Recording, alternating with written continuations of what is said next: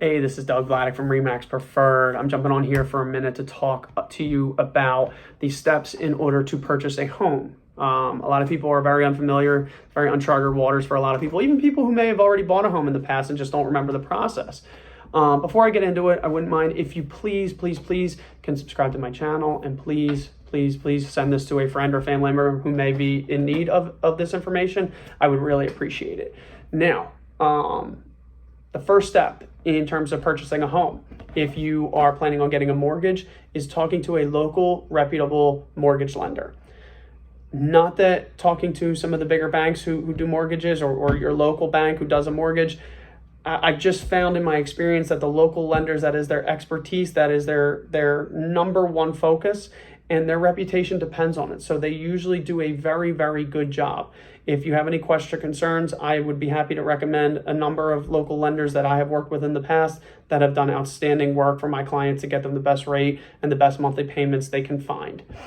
You need to get pre-approved, not pre-qualified. Pre-qualified is usually just a phone conversation about how much you make and where you work. That's about it.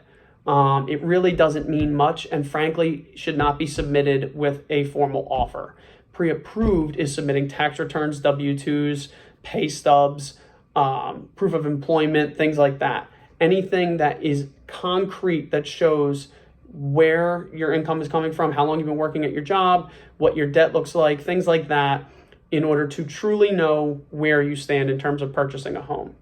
From there, the lender will also do this, but you should know where your credit stands. You don't necessarily need to know the exact number, but 620 to 640 is about as low as it goes in terms of getting approved for a mortgage. Obviously, the higher the better, but any lower than that, you will probably not be able to be approved for a mortgage, regardless of what you make in terms of your income.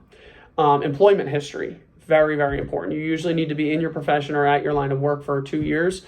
So if you are thinking of maybe leaving your long-term place of employment in the near future, but also are planning on buying a home, that is something to maybe consider. Unfortunately, a lot of people make this decision.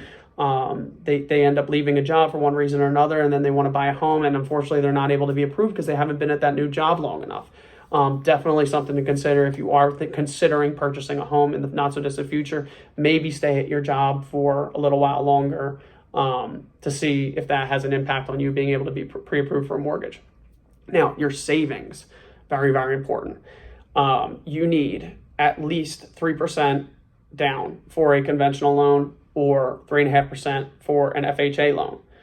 From there, you also need to cover closing costs. Closing costs are maybe anywhere from $7,000 to $10,000. Things like paying the mortgage company their fees, title company their fees, a lot of extra fees that go into just the overall purchasing of a home. So you kind of do the math from there. You're looking at maybe, $13,000, $15,000, depending on what kind of home you're purchasing. It adds up relatively quickly. There are some grants and some programs that can help buyers, especially first-time home buyers who qualify.